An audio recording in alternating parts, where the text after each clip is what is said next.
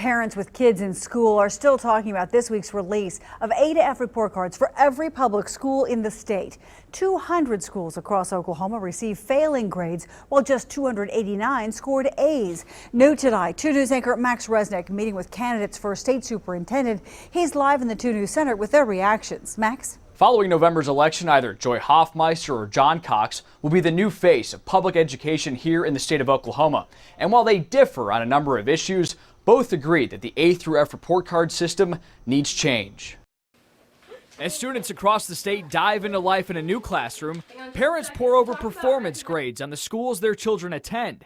But it's that very system that receives a failing grade from Democratic State Superintendent candidate John Cox. I would like to see it eliminated because actually when you rank schools like this, the only thing you do is cause dissension among school districts. But beyond that, we're using data that we shouldn't be using within the A through F system. The Oklahoma legislature adopted the A through F system in 2011.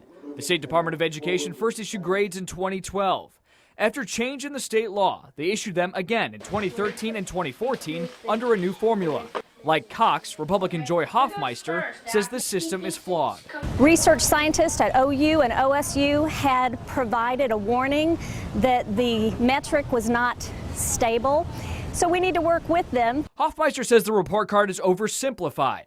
Cox says putting two variables together, like math and reading, is just one part of the problem. He says repealing the law will be a focus if he's elected. We would love to have outside sources come in within the state that are qualified to look at educational entities and give input, but not come in to grade and really finger point at each other, but come in to help improve.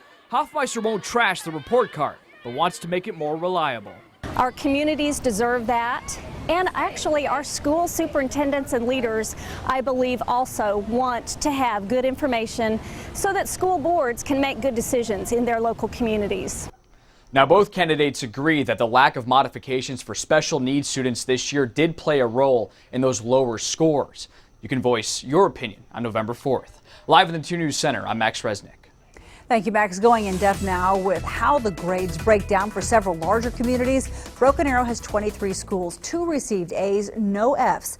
Bartlesville has 10 schools with 3 earning A's and no F's. Muskogee has 13 schools with just 1 getting an A. There were several D's and F's. To see the exact grades for any school in Oklahoma, go to our website, kjrh.com.